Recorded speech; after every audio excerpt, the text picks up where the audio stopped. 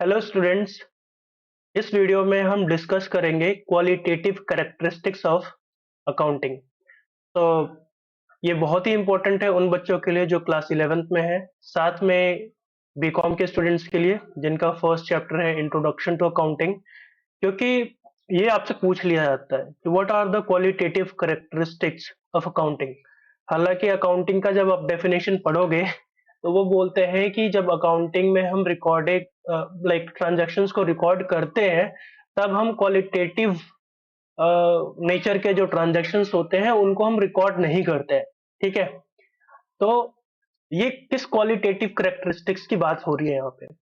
हम ट्रांजैक्शंस की बात नहीं कर रहे हैं, बट अकाउंटिंग जो इंफॉर्मेशन होती है, हम अपना अकाउंट्स बनाते हैं एंड अकाउंट्स बनाने के बाद क्या करते हैं, उस डेटा को यूजर्स के साथ शेयर करते हैं। ठीक है, तो वो जो इंफॉर्मेशन शेयर की जाती है उसके क्वालिटेटिव कैरेक्टरिस्टिक्स की बात कर रहा हूं मैं यहाँ। ठीक है, तो वही हम यहाँ पे डिस्कस करेंगे। और थोड़ा सा जो एक्सप्लेनेशन है वो डीप में जाएगा, बिकॉज मैं चाहता हूँ कि आपको ये बहुत ही अच्छे लेवल पे समझ में आए। ठीक है, होना तो अगर मैं एक लाइन में इसको करना चाहूँ एक्सप्लेन तो हो जाएगी, बट सी उससे आपको डेप्थ नॉलेज नहीं मिलेगी। और मेरा ये लाइक ऑब्जेक्टिव है कि आपको डेप्थ नॉलेज दूं। तो नोट्स बना लेना और ध्यान से सुनना, बिकॉज एक एक पॉइंट बहुत ही ज्यादा इंपॉर्टेंट है। और फिर देखो आपको कितना अच्छा से समझ में आता है। चलो देखो, accounting information should be prepared and presented in such a way that it is able to depict a clear and orderly view of the business enterprise। जो भी अकाउंटिंग इंफॉर्मेशन आपको दी जाती है, ये बहुत ही ज्यादा जरूरी है कि वो एक क्लियर पिक्चर दे सके आपके बिजनेस के फाइनेंशियल पोजीशन का, एंड उसका जो भी लाइक आपका प्रॉफिट या लॉस आया है वो एक अच्छे तरीके से प्रेजेंट किया जाना चाहिए। ठीक है, तो ये बहुत ज्यादा जरूरी है कि जो भी आपके पास डेटा आ रहा है एज अ इंफॉर्मेशन वो बहुत ही ज्यादा क्लियर हो और ऑथेंटिक हो। ठीक है, चलो अब हम इसको समझते हैं थोड़ा सा डेप्थ में। समझो, तो फर्स्ट ऑफ ऑल जो फर्स्ट कैरेक्टरिस्टिक्स है वो क्या कहता है? रिलायबल होना चाहिए डेटा। ठीक है, अब यहाँ पे रिलायबल कैसे होएगा कोई भी डेटा? रिलायबल डेटा तब माना जाएगा जब वो फैक्चुअल हो और उसको वेरीफाई किया जा सकता हो। ठीक है, फैक्चुअल का क्या मतलब है? जो फैक्ट के बेस पे हो और उसको वेरीफाई कर सकते हैं हम। ठीक है, the accounting information is said to have variability if such information can be verified from source documents such as cash memo। देखो, हम जानते हैं कि जितने ट्रांजैक्शंस हम रिकॉर्ड करते हैं वो क्या होता है, वो वेरीफेबल होना चाहिए। बट वेरीफाई कैसे करोगे? कोई भी आप ट्रांजैक्शन करते हो परचेज या सेल का, तो हमेशा याद रखना आपको एक बिल मिलता है। वो कैश मेमो हो सकता है, परचेज अगर आप करते हो तो परचेज का इनवॉइस हो सकता है, अगर आप सेल कर रहे हो तो सेल्स का इनवॉइस हो सकता है, एंड कॉरेस्पॉन्डेंस एग्रीमेंट हो सकता है कोई सा। ठीक है, तो ये सारी चीजें, जैसे प्रॉपर्टी डीड भी है ना। प्रॉपर्टी डीड क्या होती है? कोई भी प्रॉपर्टी जब सेलिंग या परचेजिंग की जाती है तब बनाई जाती है, या कोई अदर डॉक्यूमेंट जिसके थ्रू हम जो भी ट्रांजेक्शन पास कर रहे हैं उसको हम वेरीफाई कर पाए। अगर कोई ट्रांजेक्शन पास की गई है, ठीक है, कोई भी ट्रांजेक्शन पास की गई है बट उसके पास कोई सोर्स डॉक्यूमेंट नहीं है, such as cash memos, purchase invoice या सेल्स इनवॉइस, या कोई भी रिलेटिव सोर्स डॉक्यूमेंट जो वो उस चीज को वेरीफाई कर दे कि हाँ ये ट्रांजैक्शन हुई है। अगर ऐसा नहीं है तो उसको हम वेरीफाई नहीं कर पाएंगे, और आप उसको राइटली प्रूव नहीं कर सकते कि ये ट्रांजैक्शन कभी हुई है, तो उसको हम नहीं मानते हैं इन द अकाउंटिंग। सो सारा जो इंफॉर्मेशन होता है वो रिलायबल होना चाहिए, and how it can be reliable with the source documents. जो भी डॉक्यूमेंट किया जाए उसके रिलेटिव वो डॉक्यूमेंट वहां पे होना चाहिए। ठीक है, ताकि कभी भी कोई भी अगर उसको वेरीफाई करना चाहे तो वो कर सकता है। ठीक है, जो इसकी सेकंड कैरेक्टरिस्टिक है वो क्या है? रेलेवेंस होना चाहिए। ठीक है, रेलेवेंट इंफॉर्मेशन होनी चाहिए। अब इसका रेलेवेंसी से क्या मतलब है और कैसे कोई इंफॉर्मेशन रेलेवेंट हो सकती है, इसको हम डिस्कस करेंगे यहाँ पे। देखो, अननेसेसरी एंड इन और irrelevant information should not be included in financial statements. जो भी आप रिपोर्ट बना रहे हो उसमें अननेसेसरी के इंफॉर्मेशन नहीं होने चाहिए, ठीक है। अब जैसे आप फाइनेंशियल स्टेटमेंट बना रहे हो, ठीक है, अब आप उसमें बात कर रहे हो कि हमारे पास जो एम्प्लॉयज हैं उन्होंने यहाँ से डिग्री ली हुई है, वहां से डिग्री ली हुई है, उनके पास ऐसे ऐसे स्किल्स हैं, इससे कोई फर्क नहीं पड़ता। एट द एंड क्या जानना है लोगों को कि आपका बिजनेस प्रॉफिटेबल है या नहीं है और इसकी एक्चुअल पोजीशन क्या है। तो ये अननेसेसरी इंफॉर्मेशन वहां पे नहीं होना चाहिए। अब देखो, to be relevant information must be capable of making. अब कैसे आप जानोगे कि कोई इंफॉर्मेशन रेलेवेंट है? वो तभी रेलेवेंट हो सकती है अगर वो इंफॉर्मेशन यूजर्स को डिसीजन लेने में कोई डिफरेंस ला सकता है, ठीक है। मतलब यूजर्स के डिसीजन लेने में किसी तरीके की मदद कर सकता है। जैसे अब यूजर्स हमने पढ़े थे, internal users and external users, ठीक है। इंटरनल यूजर्स कौन से होते हैं? जो कंपनी के लिए वर्क कर रहे होते हैं, कम जैसे ओनर हो गया, उसके एम्प्लॉयज हो गए, कंपनी की मैनेजमेंट होगी, डायरेक्टर्स हो गए, everyone those who is working inside the company. और जो एक्सटर्नल यूजर्स होते हैं वो कौन होते हैं? जैसे क्रेडिटर्स हो गया, सप्लायर हो गया, इन्वेस्टर हो गया, गवर्नमेंट हो गई, गवर्नमेंट को टैक्स लेना होता है तो वो भी इंटरेस्टेड है, ठीक है। तो मान लो एक इन्वेस्टर का एग्जांपल लेते हैं हम। इन्वेस्टर आपकी कंपनी में इन्वेस्ट करता है ताकि उसको अच्छा डिविडेंड मिले, ठीक है। आप किसी को लोन पे पैसा देते हो तो आप क्या एक्सपेक्ट करते हो इन रिटर्न? उस पे इंटरेस्ट आपको मिले। वैसे ही जब कंपनी में कोई इन्वेस्टमेंट करता है तो उसको क्या मिलता है? डिविडेंड मिलता है। तो अगर जो इंफॉर्मेशन अकाउंटिंग रिपोर्ट्स में दी जाती है उसमें बताया गया होगा कि पिछले 3 साल या 2 साल से हम हमारे इन्वेस्टर को इतना डिविडेंड दे रहे हैं, तो अगला जो इन्वेस्टर होगा वो भी देखेगा कि यार ये अच्छा रिटर्न दे रहे हैं, तो अगर मैं भी इस कंपनी में इन्वेस्ट करता हूं तो मुझे भी अच्छा रिजल्ट मिलेगा, रिटर्न मिलेगा, ठीक है। तो और इस बेसिस पे वो डिसीजन लेगा। तो देखा, ये रेलेवेंट इंफॉर्मेशन होगी। और और देखते हैं हम, for example while reporting debtors in the balance sheet. अब जब हम बैलेंस शीट में डेटर्स को दिखाते हैं, अगर आपको नहीं पता डेटर्स क्या होते हैं तो मैं एक थोड़ा सा बता देता हूँ। देखो, जब भी आप सामान को उधारी पे बेचते हो तो उस बंदे से पैसे लेने हैं, है ना, तो वो आपका डेटर कहलाता है। तो वही यहाँ पे कहा गया है कि क्या इंफॉर्मेशन रेलेवेंट होगी कि कितना अमाउंट डेटर से लेना है या कितने डेटर्स है। कितने डेटर्स है उससे क्या मतलब है? हमें पता होना चाहिए कि कितना अमाउंट डेटर से लेने हैं, राइट। तो रेलेवेंट इंफॉर्मेशन क्या हुआ? Amount to be received from debtors, ना कि नंबर ऑफ डेटर्स, ठीक है। चलो आगे बढ़ते हैं। अब देखो, थर्ड पॉइंट क्या है, थर्ड कैरेक्टरिस्टिक क्या है कि अंडरस्टैंडेबिलिटी होनी चाहिए रिपोर्ट में। जो भी अकाउंटिंग इंफॉर्मेशन आप शेयर करते हो वो सिंपल मैनर में होना चाहिए और लॉजिकल मैनर में होना चाहिए, ताकि एक ऐसा person who does not have any knowledge of accounting terminology, जिसको अकाउंटिंग टर्मिनोलॉजी का कोई भी ज्ञान नहीं है, जैसे एसेट्स, लाइबिलिटीज या डिविडेंड्स, या लेट्स से जिसको ये भी नहीं पता कि डेटर्स किसको बोलते हैं, सप्लायर्स किसको बोलते हैं, उसको भी अगर समझ में आ जाए बिना डिफिकल्टी के तो आप समझोगे कि वो क्या है, अंडरस्टैंडेबल डेटा है। अब इसको आप करने के लिए क्या कर सकते हो? This can be done by giving relevant explanatory notes.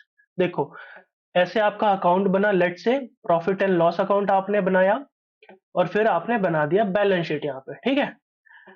अब जब आपने एक रिपोर्ट शेयर की ना, इसके नीचे काफी आपके पास जगह होता है जहां पे आप आराम से जो भी रेलेवेंट इंफॉर्मेशन है या फिर जो भी टर्मिनोलॉजी यहाँ पे यूज कर रहे हो जो एक आम आदमी को समझने के में दिक्कत आ सकती है, आप उसको यहाँ पे एक्सप्लेनेटरी नोट्स दे सकते हो, ताकि कोई बंदा जिसको अकाउंटिंग का कोई नॉलेज ना हो और डिफिकल्ट जो ये आपके टर्मिनोलॉजी होते हैं उसको आप यहाँ पे एक्सप्लेन करो और उसको समझ में आ जाएगा।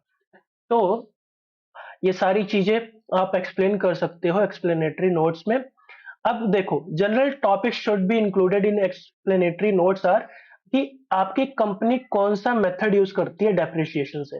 देखो, अभी तो आपको पता नहीं होगा बट एक चीज मैं बता देता हूँ, जब भी मशीन को खरीदा जाता है ना, कोई मशीन आप खरीदते हो और आप मान के चलते हो कि ये मशीन आपकी 5 साल तक चलेगी। मान लो 1 लाख की मशीन खरीदी और 5 साल चलने वाली है, तो हर साल अगर इसकी वैल्यू हम डिग्रेड करें या यूटिलाइज करें तो कितना होगा? 20,000 हर साल आप करोगे, तो 1 लाख माइनस 20,000 आप हर साल यूज करते जाओगे, और जो भी वैल्यू बचेगी वो आपकी वैल्यू बचेगी एसेट की, इसी तरीके से कम होता जाएगा। अब ये जो अकाउंट अमाउंट है ना 20,000, ये हम 20,000 ही डिडक्ट करेंगे या कोई ज्यादा अमाउंट करेंगे या कम अमाउंट यूज करेंगे, मतलब डेप्रिशिएट करेंगे उस मशीनरी को, डिपेंड करता है कि आप कौन सा डेप्रिसिएशन मेथड को आप यूज कर रहे हो। ठीक है, तो ये हम बाद में आने वाले सेशन में पढ़ेंगे कि मेथड ऑफ डेप्रिसिएशन क्या होता है या कैसे डेप्रिशिएट करते हैं किसी भी मशीनरी को। बट ये समझो कि कोई भी मशीनरी जब खरीदी जाती है, कोई भी एसेट खरीदा जाता है, तो ओवर द पीरियड हम उसको यूटिलाइज करते हैं, यूज करते हैं अपने कंपनी में। ठीक है, तो उसका एक लाइफ मान के चलते हैं और उसकी वैल्यू डिप्रिशिएट होती जाती है डेली बाई डेली, मतलब ईयर बाई ईयर। ठीक है, तो आप कौन सा मेथड यूज कर रहे हो डेप्रिसिएशन का, वो आपको यहाँ पे डिस्क्लोज करना होता है। Method of valuation of inventory, जो आपके स्टॉक है उसको आप कैसे उसकी वैल्यूएशन कर रहे हो, वो यहाँ पे बताना पड़ता है। Description of contingent liability. Contingent liability क्या होती है? अम, देखो, जैसे किसी ने आपके बिजनेस पे, लेट्स से किसी ने केस कर दिया है, और उस केस में हो सकता है कि आपको 20,000 का या 2 लाख या 10 लाख का आपको इस पे फाइन लग सकता है। तो उसको भी आपको एक्सप्लेनेटरी नोट्स में यहाँ पे कंटिजेंट लाइबिलिटी करके लिख के यहाँ पे शो करना होता है, क्योंकि हो सकता है कि ये फाइन लगने के कारण आपके जो ऑपरेशन है बिजनेस का उस पर इम्पैक्ट पड़ेगा, तो वो भी बोला गया है कि उसको भी बताना जरूरी है। कोई आपने एक्सप्लेनेशन ऑफ रिजर्व आपने बनाया है कि हाँ मैंने, रिजर्व क्या होता है? जैसे आप देखो सेविंग करते हो ना, कि लेट से मुझे अगले महीने पिकनिक पे जाना है, तो मैं आज से ही 10 रुपए, 20 रुपए, 30 रुपए रखना चालू कर देता हूँ साइड में, या 100 रुपए, 200, जो भी जितना है रखता हो। ठीक है, ताकि जब पिकनिक होगा तब आपके पास एक अमाउंट होगा जिसको आप यूटिलाइज कर सकते हो। ऐसे ही कंपनीज भी रिजर्व बनाती है, ताकि आने वाले टाइम पे जब वो कोई बड़ा इन्वेस्टमेंट करेगी तो इन पैसों को यूज करेगी। तो वो कौन से आपने रिजर्व बनाए हैं वो भी आपको यहाँ पे एक्सप्लेन करना होता है। या कोई एक्स्ट्रा ऑर्डिनरी गेन्स या लॉस होता है, यानी कोई ऐसा प्रॉफिट जो अनयूजुअल है उसको आपको बताना होता है, या अनयूजुअल लॉस हो सकता है या हुआ है, आप उसको भी शो कर सकते हैं, मतलब करना चाहिए। हाँ, अब आपको पता है कि अकाउंटिंग पीरियड क्या होता है, 1 अप्रैल से लेके 31 मार्च नेक्स्ट ईयर तक। ठीक है, तो अगर ऐसा कोई चीज है, मतलब ऐसी कोई ट्रांजेक्शन होने वाली है जो ये 31 मार्च के बाद होगी, बट उसका इफेक्ट कंपनी पे पड़ सकता है। ठीक है, उसका इफेक्ट आने वाले टाइम पे कंपनी पे पड़ सकता है, तो उसको भी आपको यहाँ पे एक्सप्लेनेटरी नोट्स में देना चाहिए। And this explanatory notes make the financial statement more useful and understandable. ठीक है, चलो अब हम फोर्थ देखते हैं। फोर्थ कैरेक्टरिस्टिक क्या है अकाउंटिंग इंफॉर्मेशन की, कि ये कंपेरेबल होना चाहिए, कंपेरेबिलिटी होनी चाहिए इसमें।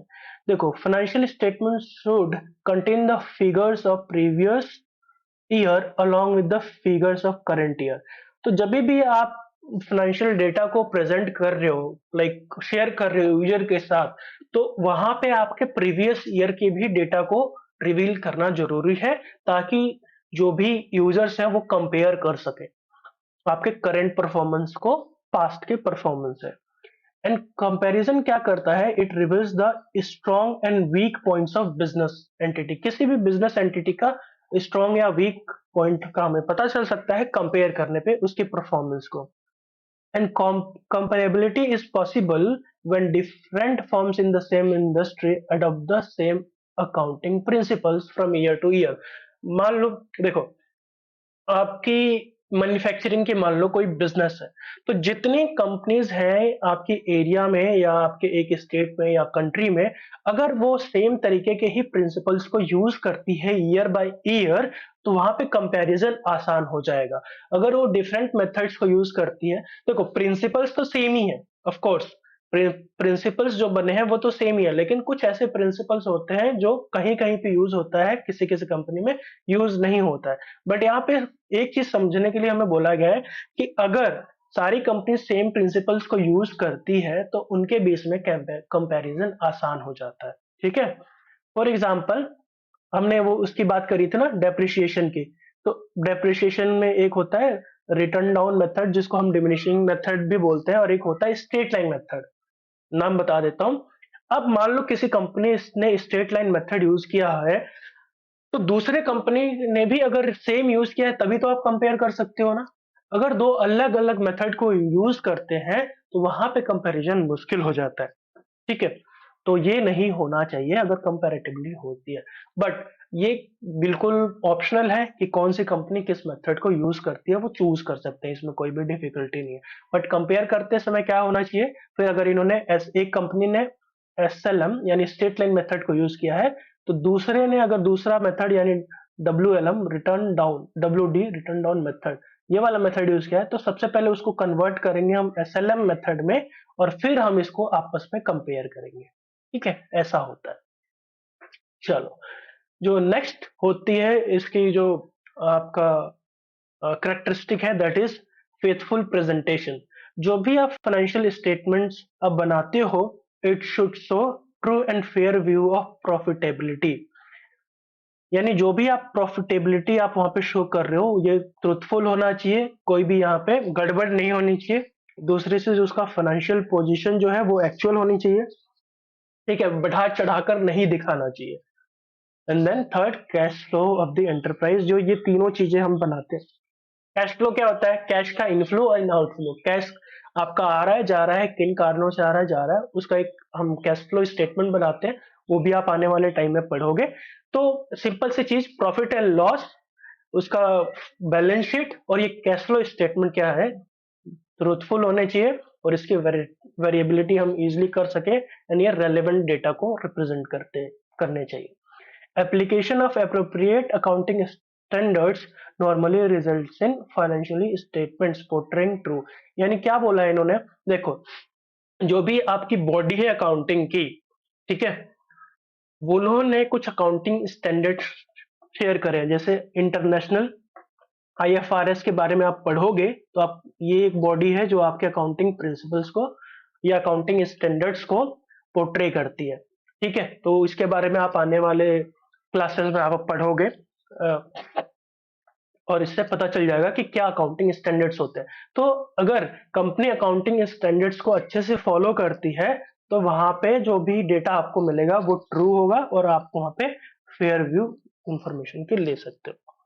And in addition to above all, इन चारों के अलावा, जैसे देखो, रिलायबल होना चाहिए, यानी जिसको आप क्या कर सको, वेरीफाई कर सको। रेलेवेंस होना चाहिए, जो कि डिसीजन मेकिंग में हेल्प करे यूजर्स को, इंटरनल एंड एक्सटर्नल। अंडरस्टैंडेबल हो, कि जिस बंदे को अकाउंटिंग की नॉलेज नहीं हो उसको भी अकाउंटिंग टर्मिनोलॉजी को आप एक्सप्लेनेटरी नोट्स में शेयर करो, ताकि वो भी समझ जाए, कंपेरि कंपैरिजन कर सको। इसके लिए क्या होना चाहिए, आपका जो डेटा है वो शेयर किया जाना चाहिए करंट ईयर का प्रीवियस ईयर के साथ, ताकि इजिली लोग कंपेयर कर सके, और एक तरीके के अकाउंटिंग प्रिंसिपल्स को यूज करने चाहिए। अगर नहीं करते हैं तो वो कंपैरिजन आप, ऐसा मान लो आप अपना ही इंफॉर्मेशन शेयर कर रहे हो, बट आप ईयर बाय ईयर अलग अलग मेथड यूज करते हो, तो आपके खुद के डेटा को भी लाइक कंपेयर करना मुश्किल हो जाएगा। तो ऐसा नहीं होना चाहिए, वो प्रिंसिपल बेस्ड होना चाहिए, सेम प्रिंसिपल को आप यूज करो ईयर बाय ईयर। फिर फेथफुल प्रेजेंटेशन होना चाहिए। वो कैसे होगा, जब आप अकाउंटिंग स्टैंडर्ड्स को फॉलो करते हो और उसको आप यूज करते हो। इसके अलावा क्या होना चाहिए, ये टाइमलीनेस होना चाहिए, मतलब टाइम टू टाइम, यानी जब आपका डेट होता है आपको अकाउंटिंग इंफॉर्मेशन शेयर करने का, उसी टाइम पे ये शेयर होना चाहिए।